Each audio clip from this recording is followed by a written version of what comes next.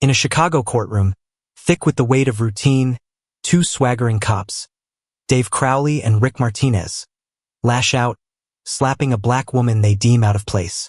Their smirks fade fast when she rises, sheds her coat. Alice Parker isn't just anyone. She's their reckoning.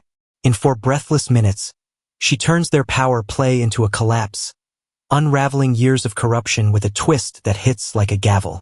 Inspired by real tales of injustice, this is a story of a strike that backfires and a system that trembles when the wrong woman stands up. The fluorescent lights hummed faintly above the courtroom, casting a sterile glow over the polished wooden benches and worn marble floors. The scent of old paper and lingering coffee mixed with the distant rustling of legal documents, the soft tapping of reporters' fingers against their keyboards breaking the tense silence. In the heart of Chicago's district courthouse, a trial was set to begin. One that most expected to be mundane, procedural, unremarkable. Until now. Standing near the entryway, officers Dave Crowley and Rick Martinez lounged with the air of men accustomed to authority. Their polished badges gleamed under the dim overhead lighting, their expressions twisted into smirks as they whispered among themselves. The courtroom was their domain, and they had long since learned that people feared them more than they questioned them. Then she entered. Alice Parker, a 42-year-old black woman, carried herself with the quiet grace of someone who had walked through fire and emerged stronger. Clad in a modest, unassuming coat, she strode past the 2 officers with the intent of reaching her rightful place at the judge's bench. But Crowley, already irritated by what he deemed her audacity, moved to block her path with a sharp bark. "Where do you think you're going, lady?" Before Alice could answer, his hand lashed out, swift and brutal, striking her across the cheek. The impact sent a sharp sting through her face, her breath catching as the taste of iron seeped into her mouth. A gasp rippled through the gathered audience, the low murmur of shock and outrage spreading like wildfire. Martinez wasn't finished. His larger frame lunged forward, shoving Alice with enough force to send her stumbling back into the nearest wall.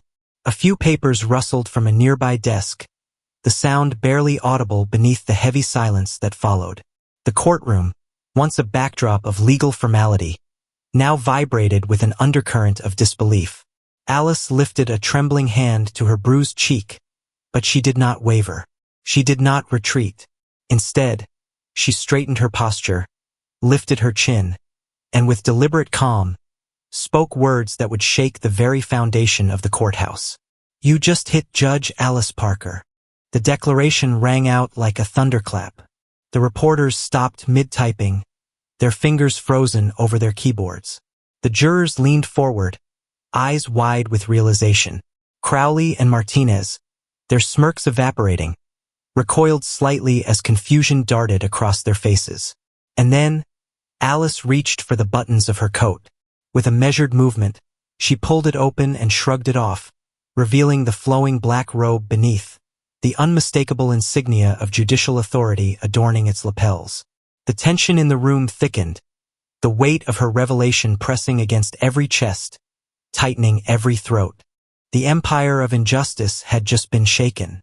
The shock of revelation still hung in the hushed air of the courtroom as Alice Parker stood tall, her dark judicial robe billowing softly around her.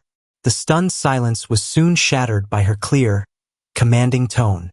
"Security, seize officers Crowley and Martinez immediately for assault and misconduct," she ordered, her voice echoing powerfully off the time-worn walls.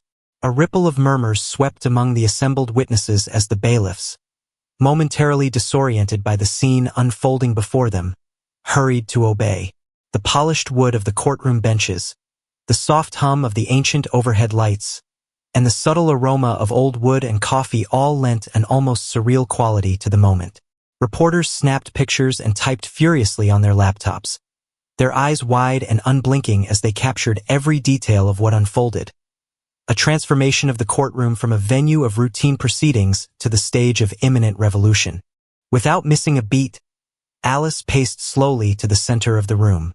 Her every movement was calculated, exuding an authority that could only come from years of unwavering commitment to justice. Reaching into the inner pocket of her robe, she produced a small flash drive, its matte surface reflecting the dim light.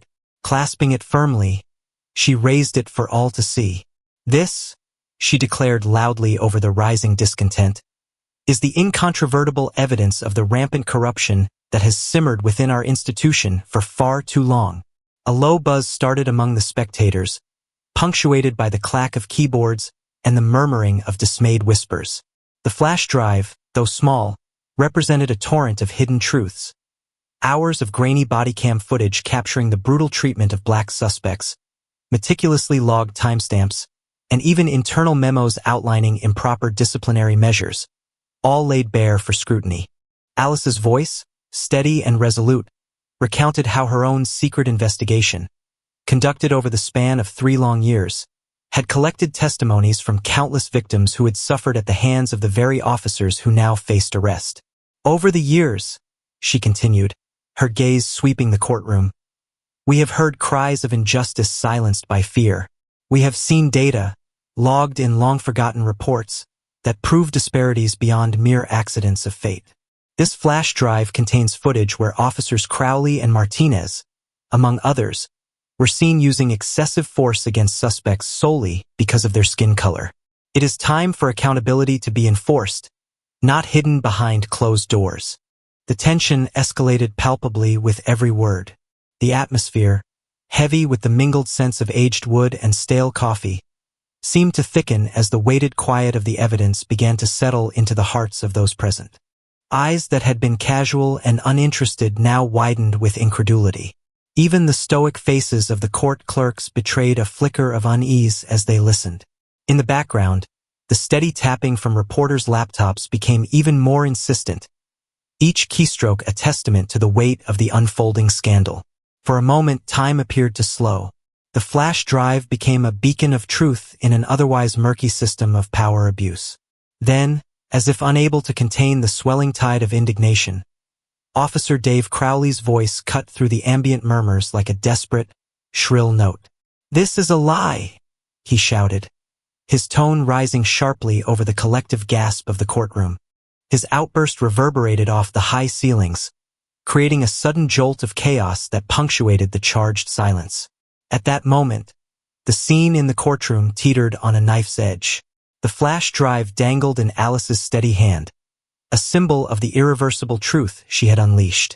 The arrest orders reverberated in every corner as murmurs of approval mixed with cries of protest. Every face present, from the seasoned jurors to the anxious reporters, now reflected a profound mix of shock, vindication, and anticipation for what was to come. The heavy air in the courtroom grew even denser as Alice Parker moved deliberately toward a makeshift display table at the front. With a steady, unwavering gaze, she reached into her leather briefcase once more and withdrew several thick, neatly organized binders and a manila envelope. Every movement was imbued with purpose and quiet authority. In her gloved hands, she gently flipped open one of the binders to reveal what looked at first glance like pages of handwritten testimonies. These were statements from members of communities long silenced, detailed accounts from victims who had endured brutality and mistreatment at the hands of officers Crowley, Martinez, and their ilk. Each entry recorded not only the harrowing encounters but also dates, locations, and chilling descriptions of the excessive force used against them. The faded ink and careful penmanship bore witness to years of suffering, injustice meticulously documented by those once too afraid to speak out. Alice's voice rang out again, soft yet resonant, as she addressed the silent courtroom. "Here, before you, are the voices of the people. These testimonies, collected over the last 3 years, chronicle the repeated use of excessive force and discriminatory practices. They are the evidence of a system that has, quite deliberately, left our community to suffer." As she handed out copies of the written statements to members of the press and a few sympathetic court staff, the flicker of disbelief on the faces of the jury and spectators gradually turned to outrage. The atmosphere was electric, a swirl of indignation and sorrow that contrasted starkly with the cold, detached decorum expected in these hallowed halls of justice. Setting down the binders with deliberate care, Alice then produced a crisp, sealed envelope from the manila folder.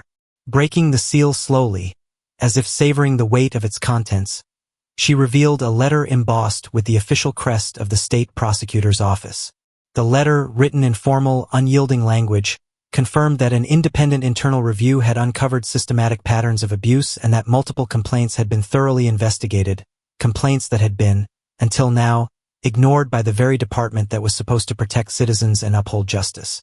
"This correspondence," Alice intoned, raising the letter so that its contents were visible to all, "is a formal notice from the state prosecutor's office. It details the extensive evidence of systemic corruption within our police department and calls for an immediate overhaul of practices that have endangered countless lives." The letter's precise language and the impregnable seal seemed to silence even the most skeptical onlookers, as if the document itself demanded reverence for the undeniable truth it carried. In that charged moment, the two officers began to shrink back from the onslaught of irrefutable evidence. Officer Crowley's bravado evaporated into a thin sheen of sweat, while Martinez's eyes darted nervously between Alice and the growing throng of reporters eagerly recording every word. Their earlier haughty expressions were now replaced by barely concealed panic. The stark realization that their actions, and by extension, the corrupt practices they represented, were being unmasked brought a frantic tension among them. Murmurs swept rapidly through the room. The once dismissive glances and condescending tones gave way to staccato whispers of disbelief. Jurors exchanged startled looks, and a few witnesses leaned forward with bated breath. Each printed line on the testimonies and letter reinforcing the magnitude of the injustice being exposed. The air, heavy with the scent of old wood and fresh ink on paper, vibrated with the promise that nothing in this courtroom, and indeed in the city, would ever be the same after today. Even as the two officers fumbled with shifty glances and silent curses, every person present seemed to feel the unstoppable momentum of truth. The sound of shuffling feet, the soft clatter of papers being passed around, and the measured intakes of breath from those realizing they were witnessing history created a chorus of resolute defiance against a system built on power and fear. Just then, the tense murmur was interrupted by a subtle, almost imperceptible vibration. A ringtone from a cell phone concealed in one of the officer's pockets.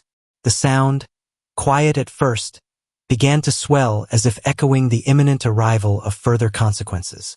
The phone's persistent chime, mingled with the collective pulse of a courtroom on the edge of transformation, signaled that the stakes were escalating to a point of no return.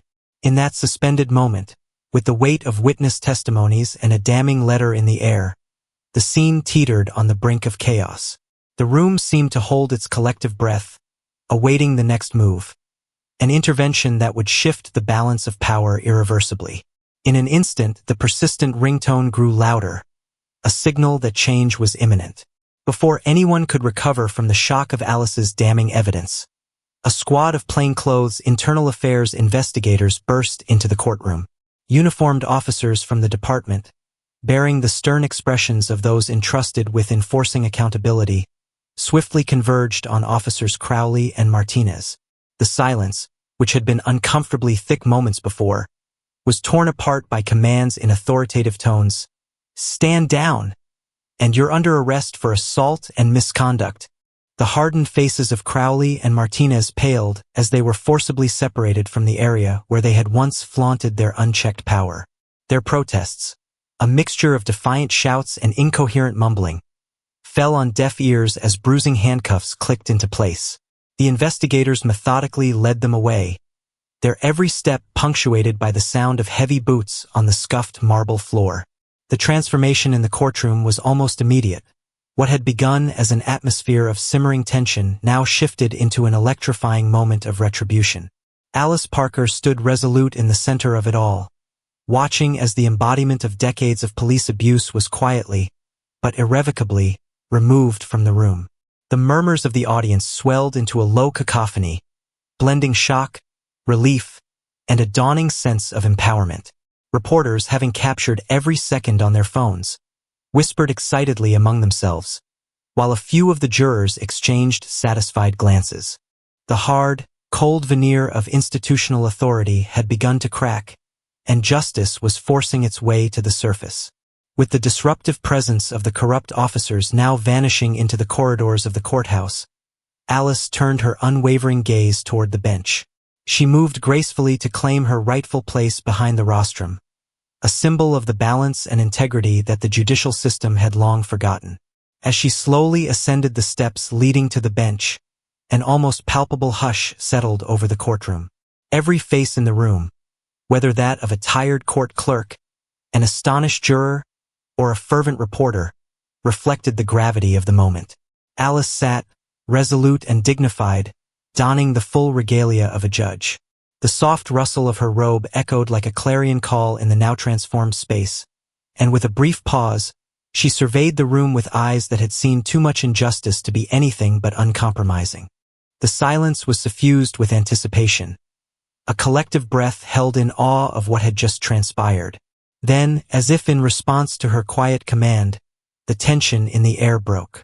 A wave of spontaneous applause rippled through the courtroom.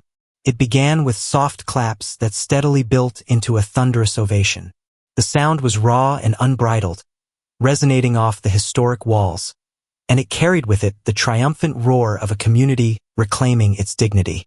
The applause merged with the hurried clicks of smartphone cameras and murmurs of hope, marking a definitive moment when long-buried truths could no longer be silenced. Alice allowed herself a small nod, a silent affirmation of the justice that had been so long overdue. In that decisive moment, the courtroom was no longer the arena of the corrupt, but a testament to the power of courage and truth. The fall of two despotic figures had signaled the beginning of a wider reckoning, one that promised to reshape a system marred by intolerance and brutality. As the cheers swelled into an overwhelming tide of support, Alice's thoughts turned inward. She felt the weight of her responsibility but also the buoyancy of change. The hard-fought battle that day was not just a personal vindication. It was a transformative act that had shattered the old order. Every beat of her heart echoed the sentiment that, finally, the scales of justice were tipping in favor of the oppressed. In the aftermath of that explosive courtroom scene, Chicago's streets buzzed with charged whispers and determined cries for reform. The internal investigation launched in the wake of Alice's revelation began to peel back layer upon layer of long-hidden corruption.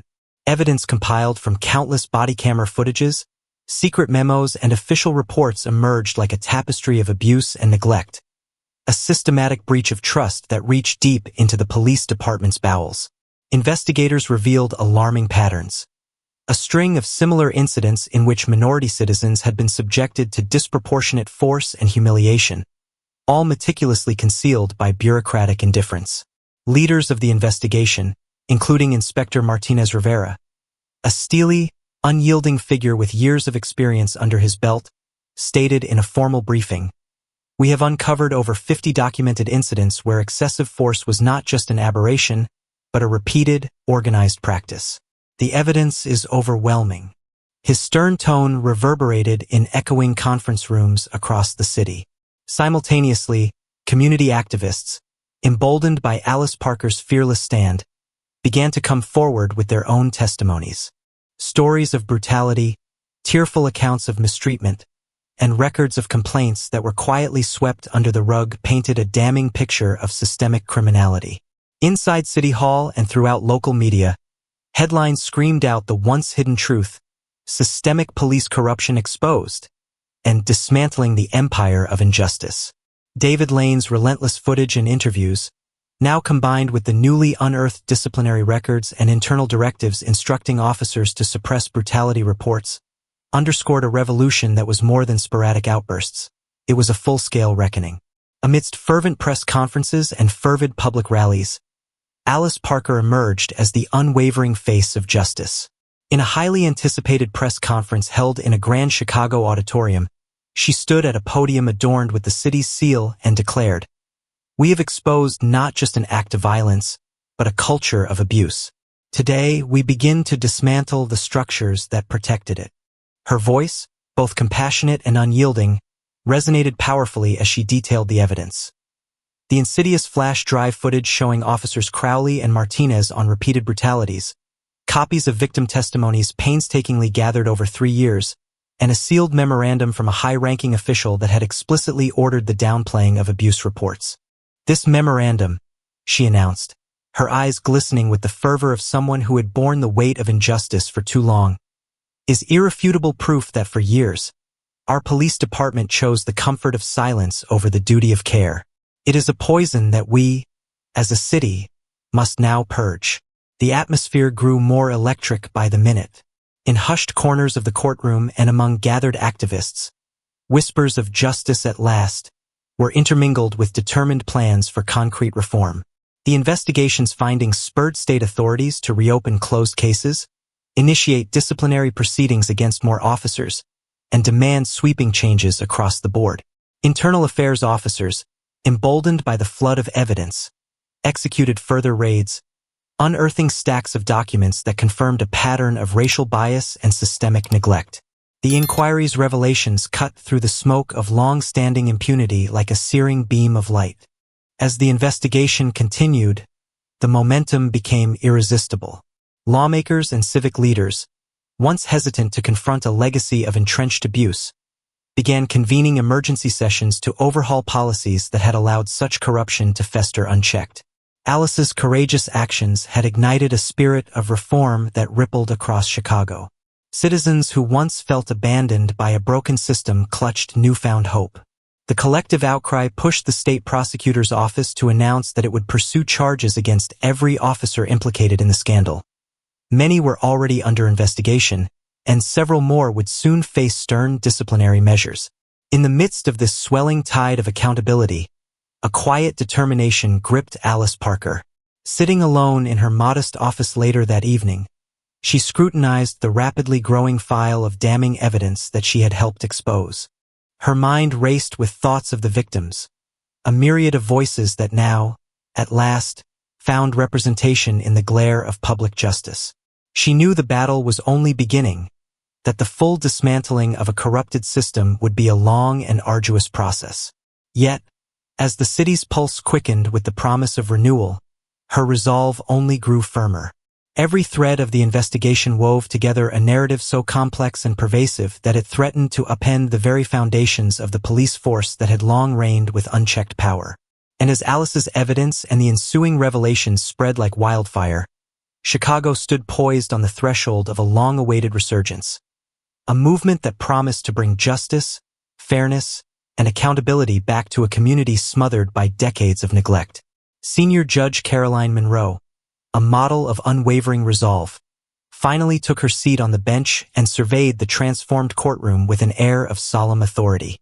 The room, previously shrouded in tension and muted whispers, now vibrated with a palpable force of retribution and hope. Every pair of eyes, from the ardent activists in the gallery to the cautious expressions of longtime reporters, was focused on the impending pronouncement of justice. The intricate details of Alice Parker's evidence, painstakingly gathered over years of silent struggle, had now forced a public reckoning with corruption, and the power brokers of the old order were about to be held accountable. With a measured and resonant tone, Judge Monroe addressed the assembly. Today, we stand witness to the dismantling of a deeply rooted system that long thrived on the abuse of power. The evidence before this court leaves no room for doubt. The actions of officers Crowley and Martinez have not only violated the rights and dignity of Chicago citizens, but have also undermined the very foundations of justice.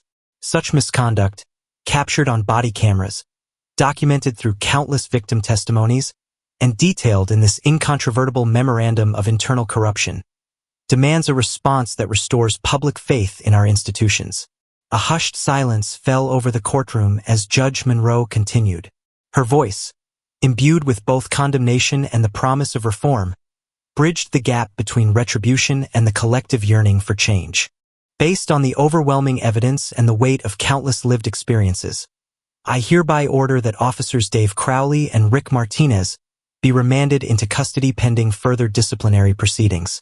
Their actions will be scrutinized in full, and let this court serve as a beacon that abuses of power will not go unpunished. At that instant, the clatter of gavel and the resounding echo of her words reverberated off the ancient walls like a clarion call to justice. The previously corrupt officers, now visibly deflated and trembling, were led away by internal affairs agents amid a flood of murmurs, exclamations, and even tears from those who had suffered under their tyranny. The pervasive hum of shock swelled into resolute applause as cameras flashed relentlessly, capturing the dramatic reversal of roles, one in which a once-oppressed citizen, armed with truth, emerged as the guarantor of fairness. In the ensuing moments, Chicago's media erupted with headlines heralding the fall of a corrupt policing paradigm. Reports streamed across television and digital platforms, proclaiming the arrest as a turning point in the city's long-standing battle against systemic abuse. From the depths of community halls to the corridors of power, citizens celebrated the bravery of Judge Alice Parker, the woman who had used her unyielding determination and hidden investigation to shatter the oppressive veneer of authority. Her courage ignited further inquiries into the department's practices, leading to renewed calls for comprehensive reform that would protect the vulnerable, dismantle hate, and honor the principles of equality. Outside the courthouse, throngs of local residents clustered in groups on sidewalks and in public squares. Their voices, once silenced by systemic injustice, now rose in unified exultation. Community leaders and activists exchanged fervent words of hope and promises to ensure that such abuses would never be repeated. Social media channels exploded with hashtags like #JusticeForChicago and #JudgeParker, symbols of empowerment that spread far beyond the confines of the courtroom.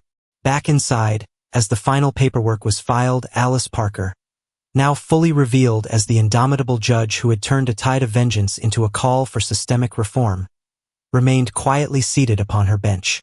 The oppressive weight that had so long burdened her shoulders was lifted by the collective catharsis echoing through the room. In that moment, every person in attendance, from weary court clerks to resolute family members of past victims, recognized the profound truth in her silent assertion of authority and mercy. A flicker of pride shone in her eyes as she softly addressed the assembled crowd, her voice steady and clear. Today marks not merely a punishment for transgressions, but the dawning of hope. Let this trial stand as irrefutable evidence that every act of injustice will be met with accountability. Her words spilled over every listener's heart, mingling with the renewed hope of a city determined to rise above its painful history.